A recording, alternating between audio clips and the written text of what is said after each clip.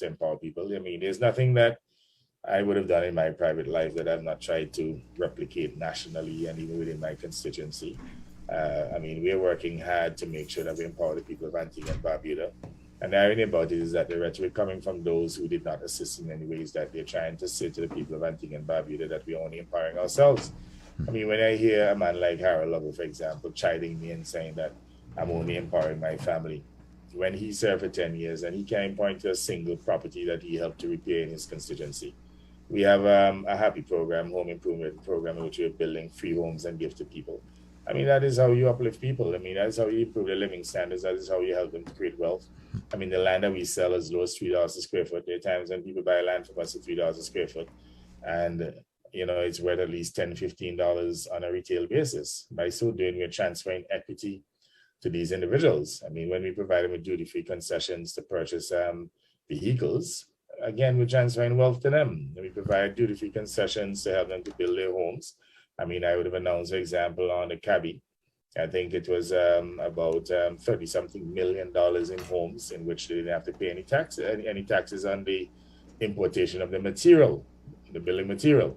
So if you say that ordinarily they would have had to pay 40% on the material, and the cost of the home, 50% of it would have been material costs.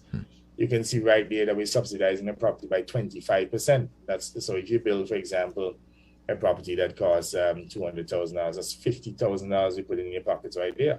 I mean, these are initiatives designed to empower the people of Antigua and Barbuda. When we give these scholarships, for example, is a form of empowerment, so that rather than having students having to pursue these loans, these student loans that they have to take into their adulthood and so on, and many of them get crippled by these student loans. Here's a situation in which the government is giving up to 1,600 scholarships annually to Antiguans and Barbudans. I mean, even at UE, for example, and students paying like what, $4,000 or $5,000 EC dollars per semester, heavily subsidized again. And on top of that, even though it's relatively low, many of them still go to the student program, to the primary scholarship fund to get it funded. So they're practically paying nothing. I mean, again, it is one of the most socially oriented governments in the world, our administration. Not even medicines, some medicines that people have to pay for. I mean, medicines, socialized. I mean, they may say, yes, there's a medical benefits levy, but at the same time, in many instances, the central government has to subsidize the cost of medicine because we do not collect enough premium income in order to cover the cost.